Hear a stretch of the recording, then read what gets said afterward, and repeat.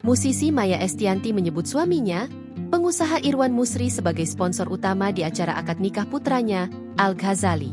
Maya yang memboyong keluarga untuk menginap di The St. Regis Jakarta, salah satu hotel mewah di Jakarta, sebelum akad nikah putranya, mengungkap hal itu.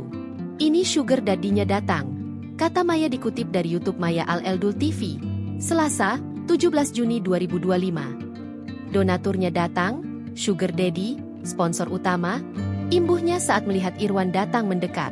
Termasuk saat menjelaskan 24 seserahan yang disiapkan keluarga, Maya juga mengatakan bahwa suaminya yang menjadi sponsor utama dari Al Ghazali dan keluarga besar, terutama donatur yang itu, ucap Maya sambil menunjuk ke arah Irwan Musri yang memilih bersembunyi di balik lampu.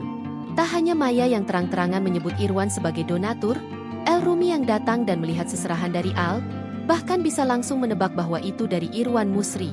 El yang masih melihat-lihat barang seserahan, kemudian mengucap terima kasih pada Irwan Musri yang diikuti oleh Dul. Dari sejumlah barang seserahan yang diberikan untuk Alisa, ada kosmetik dan tas dari Chanel, produk Victoria's Secret hingga perhiasan dari Bulgari.